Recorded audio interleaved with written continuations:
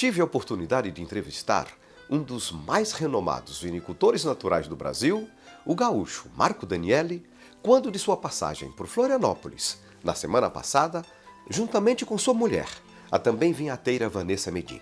Quando eu conheci o Marco, eu consegui ver que vinho natural é liberdade, é ser livre, é poder deixar, é tudo livre. Essa liberdade, a opção por não usar SO2 ou usar menos SO2 muda muito o perfil dos vinhos. A entrevista, que foi realizada no Armazém da Pasta, um simpático bistrô de massas, localizado na parte externa do Shopping Guatemi, é o que você acompanha agora, no programa Estado de Excelência, que tem o apoio da FECOAGRO, da ENGIE, da Fiesc, do Sistema Fecomércio Sesc-Senac, do Cicobi e da Avan, a loja de departamentos mais completa do Brasil.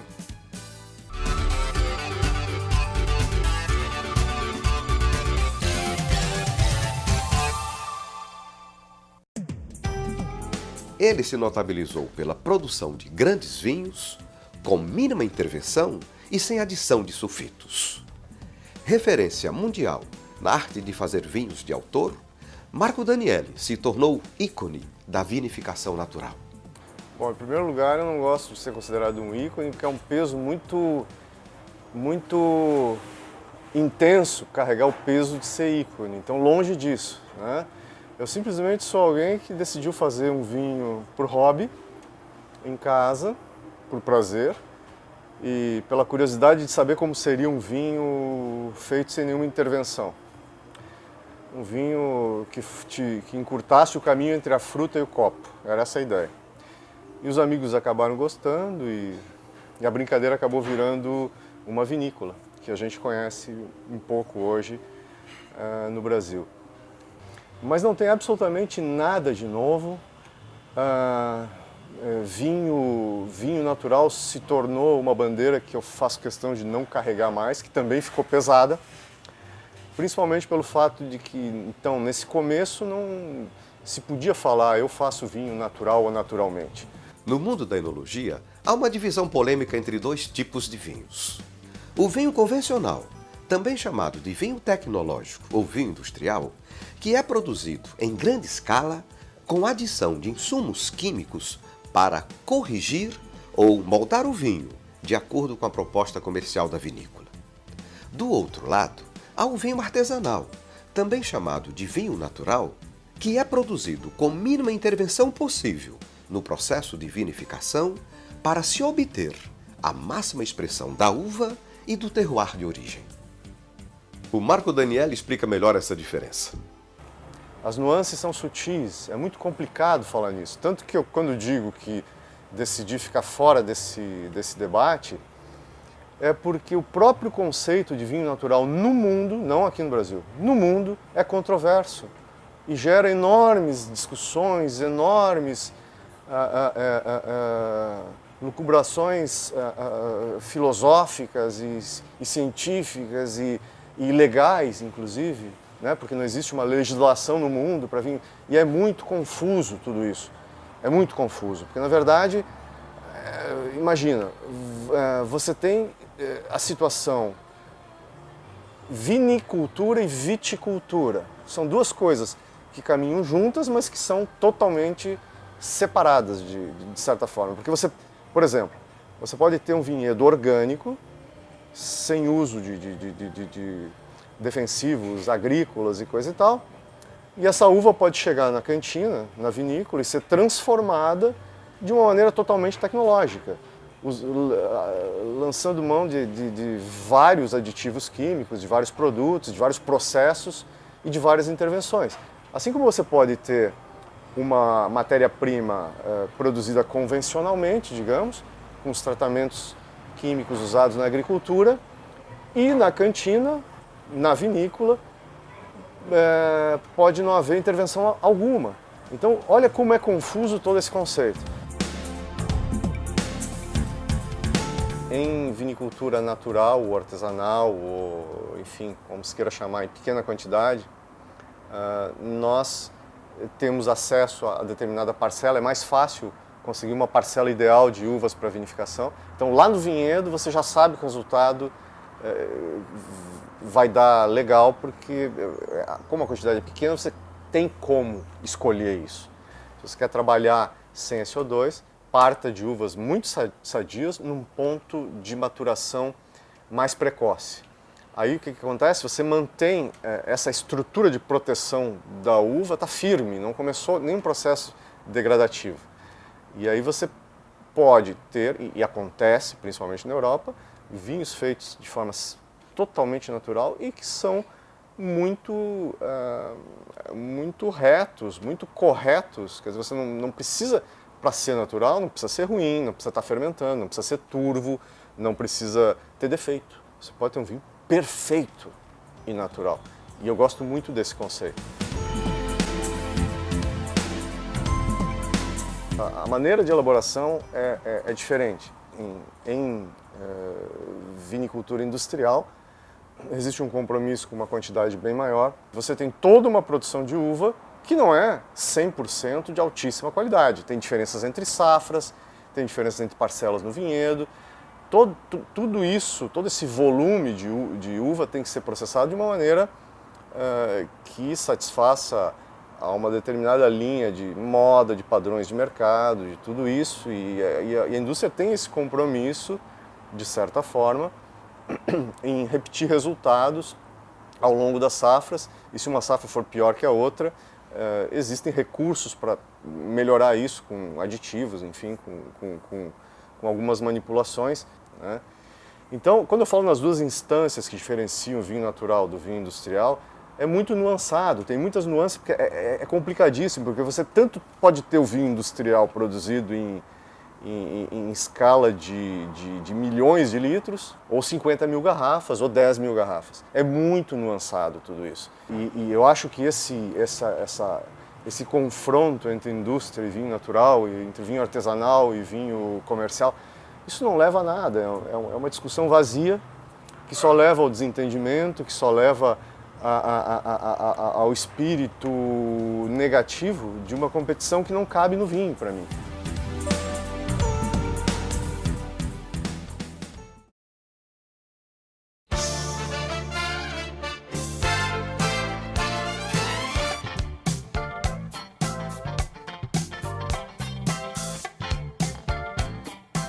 O programa está de volta e o destaque é o vinhateiro Marco Danielli, que colocou o Ateliê Tormentas, uma pequena vinícola no município de Canela, no Rio Grande do Sul, no mapa internacional do vinho.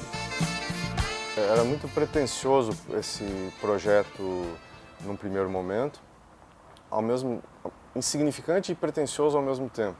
Insignificante em termos de quantidade de produção, de pretensão de valores e tal, mas partia do pressuposto de que nós temos um clima bom no Rio Grande do Sul, com um regime de chuvas que eu acho muito importante, cada vez acho mais importante para os resultados que nós temos, tanto que várias vezes eu falei em vinho de chuva para definir os resultados que nós conseguimos no Rio Grande do Sul, que são tão comparados com os resultados da escola europeia em vinicultura. Então, vinho de chuva para mim é fundamental. O regime de chuvas modifica junto também a insolação, porque nós temos nuvens, nós não estamos no deserto onde o sol bate direto e a tendência é cozinhar as uvas e dar resultados cozidos, perda de ácido málico, perda de acidez, perda de estrutura tânica e tudo isso. Nós temos o contrário, nós temos uma situação parecida com o que acontece na Borgonha, em Bordeaux, na Itália, nas grandes regiões produtoras de grandes vinhos.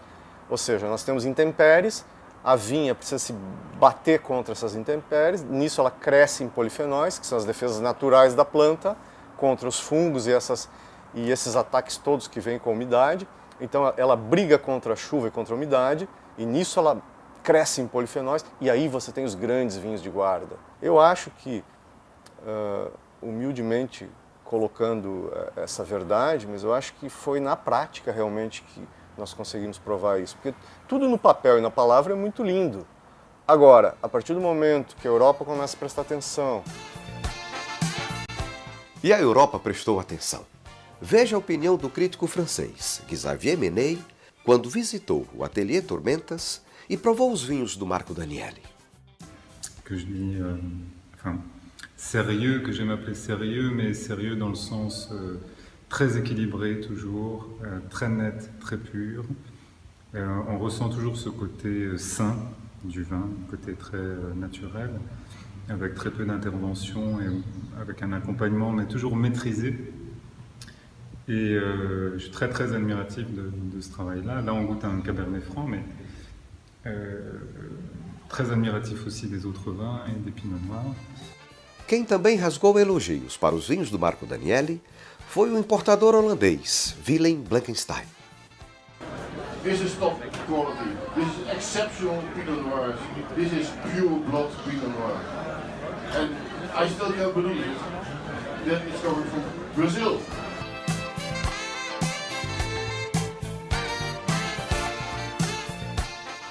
Recentemente, no início do ano, ficou bem marcado com uma homenagem que nós tivemos na Holanda. Entre 5 produtores de Pinot do mundo, nós somos escolhidos, segundo as palavras deles, eu acho muita pretensão, mas enfim, entre 5 produtores do mundo capazes de produzir Pinot de altíssimo nível e fora da Borgonha. Então eram produtores de várias regiões do mundo. Quer dizer, eu não sei como essa repercussão chegou lá fora, sendo que a gente produz tão pouco. Mas me parece que o mundo do vinho é pequeno, o mundo do vinho autoral, o mundo do vinho natural mais ainda, e o mundo do Pinot Noir é muito pequeno. Então, o que você faz bem feito em Pinot Noir é quase que automaticamente notícia mundial, porque é uma casta fetiche, é uma casta amada pelos enófilos do mundo inteiro. Quer dizer, o sujeito, quando chega a conhecer o que é a Borgonha, o que é o Pinot Noir, não consegue voltar atrás, é paixão fulminante. Então, tudo que se faz tem uma repercussão rápida e imensa. O vinho de maior sucesso na história do Ateliê Tormentas é o Fulvia Pinot Noir. Vinificado sem adição de SO2, é fermentado sob a livração de leveduras selvagens. O Fulvia não é famoso por ser vinho natural. Ele é colocado na roda como um Pinot Noir de expressão. As pessoas nem sabem que o vinho tem essa pretensão de não intervenção, né? O resultado do Fulvia Pinot Noir transcende a história de ser ou não natural, ou mais ou menos intervenção, enfim, ele transcende essa realidade, ele passa para o resultado do vinho às cegas, na taça. Esse vinho tem sido comparado com grandes vinhos da Borgonha. O cavista francês Frédéric Henry foi mais além. Mais c'est un superbe pinot, hein. Le 2015 est un très beau pinot. Si on avait des pinots comme ça en Bourgogne, ce serait merveilleux. Encore quand je dis de pinot de premier cru, voire de certains grands crus. Parce qu'on a toute l'élégance du pinot et surtout cette gamme aromatique florale que moi je recherche beaucoup dans les pinots classiques et qu'on trouve de moins en moins. O Ateliê Tormentas, a nossa vinícola, nossa pequena vinícola, veio para suprir uma lacuna que existia no Brasil. Nós tínhamos uma indústria competente, nós tínhamos vinho há muitas gerações, mas faltava alguma coisa mais autoral. Eu, quando comecei, não via vinhos assinados. A gente começou com a história do Ateliê Tormentas, a criação de um vinho assinado, que por muitos foi chamado de vinho autoral, que hoje é um pouco controverso, porque a partir do momento que a gente não quer interferir na natureza quando se faz vinho natural, quer ter o mínimo de intervenção possível, você não pode ser autor, né? Então é uma coisa, é um paradoxo, mas ao mesmo tempo não deixa de ser também, porque a própria não intervenção, para mim, é uma espécie de autoralidade. Então, esses vinhos são assinados, nossos vinhos são assinados, eles têm uma assinatura. Outra preciosidade que leva a assinatura do autor é o âmbar, um vinho laranja. O âmbar é um vinho branco macerado.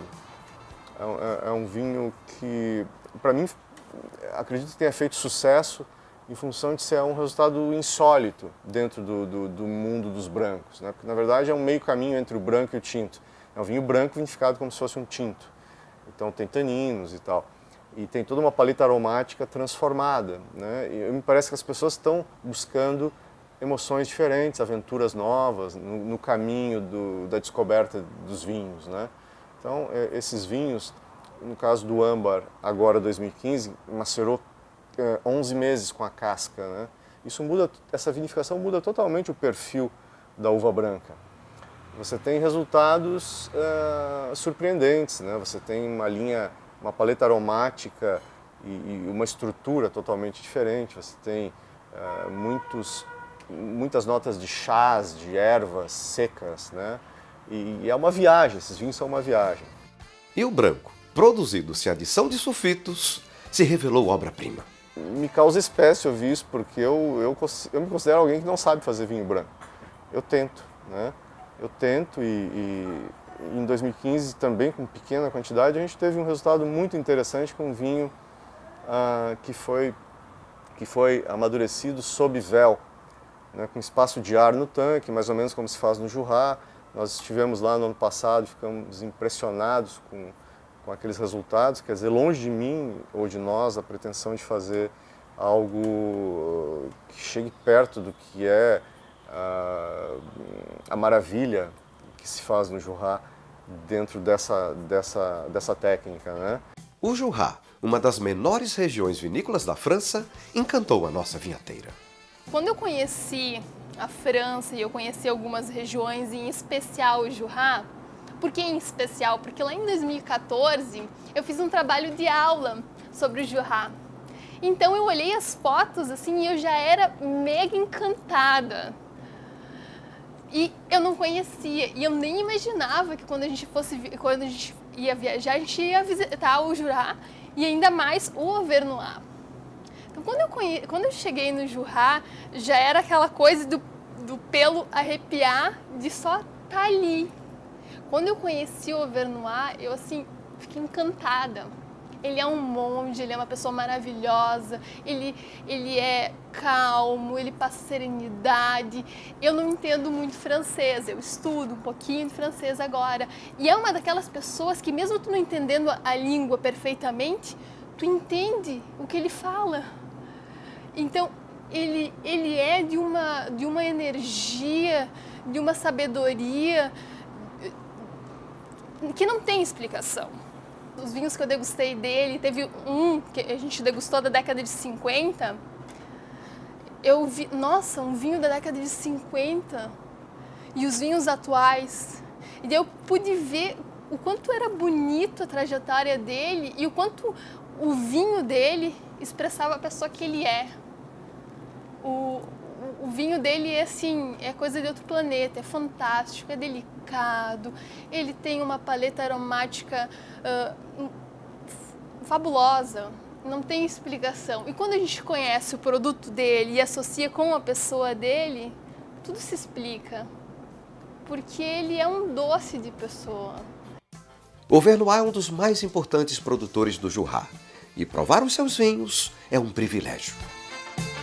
Se eu pudesse trilhar e tentar chegar assim, fazer 1% de um vinhateiro da França, eu gostaria que esse 1% fosse inspirado nele. A inspiração foi valiosa. E a Vanessa acaba de lançar o seu primeiro vinho, o Rose Evanescente. Assunto para o próximo bloco. Aguarde só um instante. Voltamos com o Estado de Excelência e nesse bloco vamos falar sobre o primeiro vinho assinado pela Vanessa. Mas antes, vamos conhecer um pouco a trajetória dela. Eu sou de família de viticultores, então minha família é do Vale dos Vinhedos, são produtores de uva, mas mais uva comum. Então Isabel, Niagara, e o meu pai em 2014 fez um pequeno vinhedo para mim de Chardonnay, 1 hectare. Então ali já vem a minha história, começa a minha história. Eu venho da indústria, eu trabalhei numa grande indústria brasileira, na Miolo, muitos anos, onde que eu tive minha base como profissional. Então, eu trabalhei nas unidades do Vale dos Vinhedos, da Campanha Gaúcha, no Nordeste, na unidade do Nordeste. E em 2014 eu eu ia ir fazer um estágio em Portugal e surgiu uma outra oportunidade dentro do grupo, que foi assumir o projeto da Bueno. Depois do projeto da Bueno, nessa fase que eu estava na Bueno, eu conheci o Marco. Então, daí eu comecei a conhecer um outro mundo, né? Da delicadeza, do carinho que se tem, do poder trabalhar com liberdade.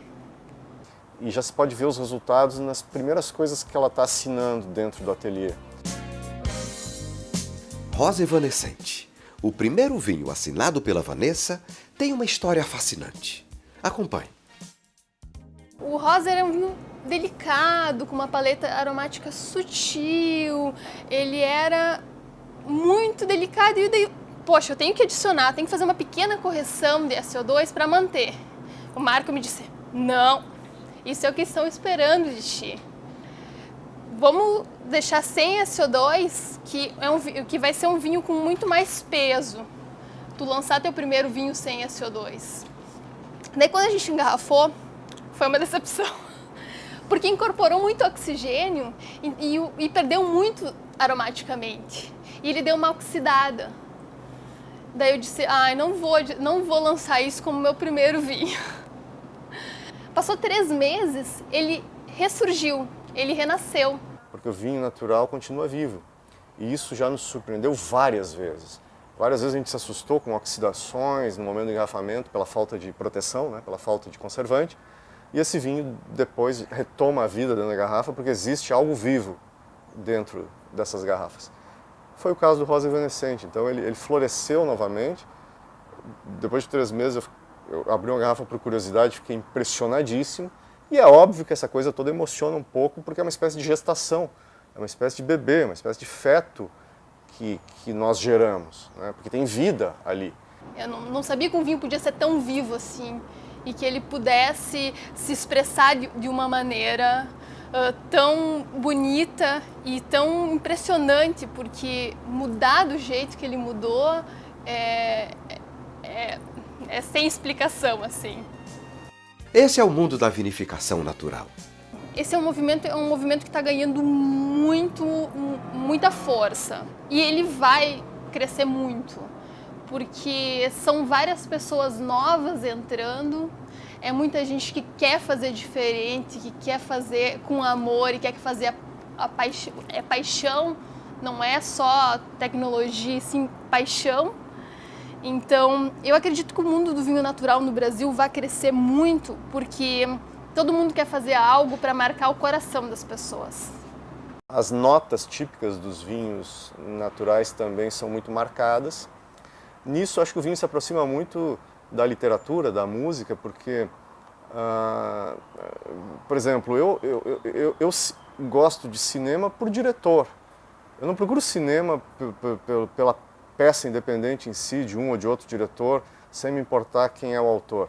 Eu vou acompanhar a carreira do Wim Wenders, por exemplo. Eu quero ver do primeiro ao último filme dele, não me importando se um é melhor ou pior que o outro. Eu quero analisar o contexto da obra e eu quero acompanhar a obra desse cara para sempre, porque eu admiro esse cara.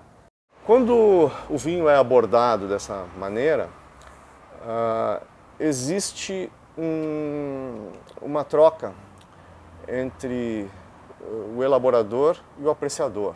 Isso é muito importante.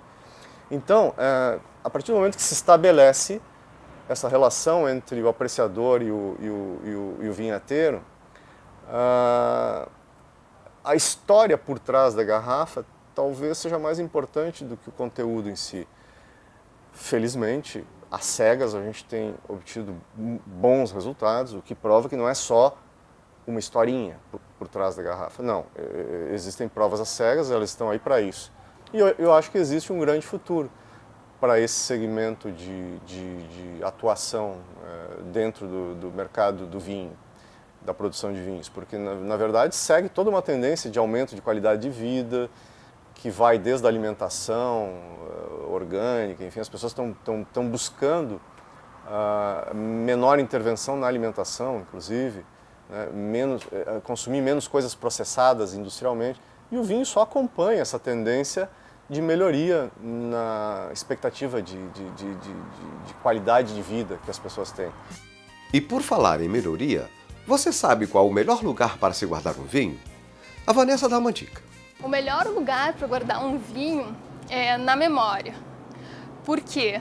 Porque o vinho a gente guarda, se a gente guardar em casa, por exemplo, na adega, ele está ali e a gente vai consumir em um momento. Mas quando a gente degusta e compartilha ele com amigos e fica toda essa questão de o momento, a alegria, o compartilhar, as vivências, a gente guardando ele na memória como vinho e como momento, eu acho que acaba sendo muito mais representativo para a vida.